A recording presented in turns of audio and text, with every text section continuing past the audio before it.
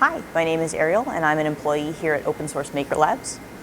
This is our CNC router. It's a low strength material, high RPM machine. It has an 18 by 18 by 5 inch bed and we use it to cut and engrave materials, generally wood and plastics.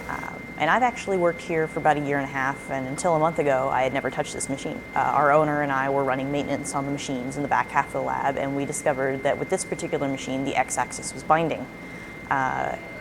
And because I had no idea what this machine, how this machine worked, I decided that I was going to take responsibility for it and figure it out.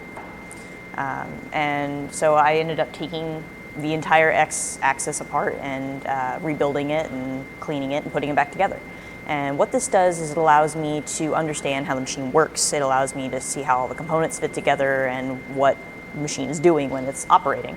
And I've done this with a number of our machines. I've done it with our horizontal bandsaw, our 3D printers, and a couple other machines. And every time I do it, I discover that it's not as complex as I always think it's going to be.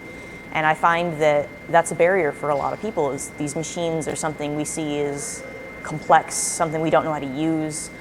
So we don't rise to the challenge, or it takes us a year and a half to rise to the challenge. And all it really takes is some hands-on time with the machine and the software, and whether that's, for me, taking it apart or taking a course, having someone show you how to use the machine, you start becoming confident in your abilities and you start learning what you can and cannot do, what's going to break the machine and what's going to make something incredible. And you discover that it's not as difficult as you thought it was going to be. And that's such an empowering thing.